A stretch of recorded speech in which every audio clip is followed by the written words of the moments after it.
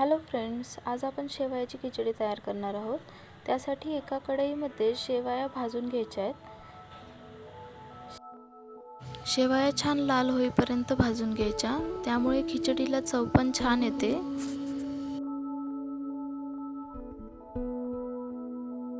शेवया छान भाजून झाल्या की त्या एका प्लेटमध्ये काढून घेऊयात। त्यानंतर एका कढईमध्ये तेल गरम करायला घेऊयात।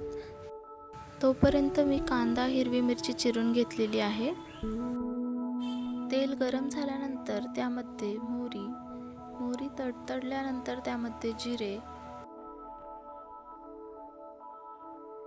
आता यामध्ये आपण कांदा घालूया। कांदा सुद्धा छान परतवून घ्यायचा आहे।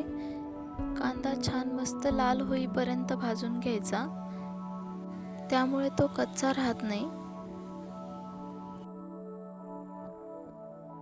कांदा छान परतवून झाल्यानंतर त्यामध्ये हिरवी मिरची, कढीपत्ता घालून ते सुद्धा छान मिक्स करून घेऊयात।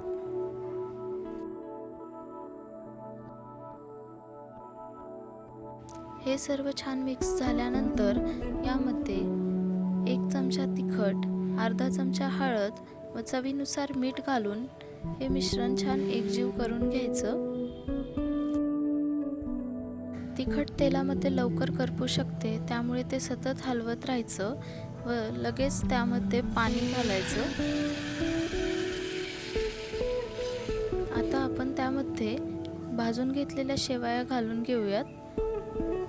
शेवया छान पाण्यामध्ये मिक्स करून घ्यायच्या व त्या शिजवायला ठेवून द्यायच्या। पाणी पूर्ण आटेपर्यंत शेवया छान शिजवून घ्यायच्या। आता शेवया छान शिजून झालेल्या आहेत, तुम्ही इथे बघू शकता। अजून 2 मिनिटे शेवया शिजवून घेऊयात। मस्त पौष्टिक अशी शेवयाची खिचडी नाश्त्यासाठी तयार झालेली आहे। तुम्हाला जर ही रेसिपी आवडली असेल तर चॅनलला सबस्क्राईब करायला विसरू नका। थँक्यू।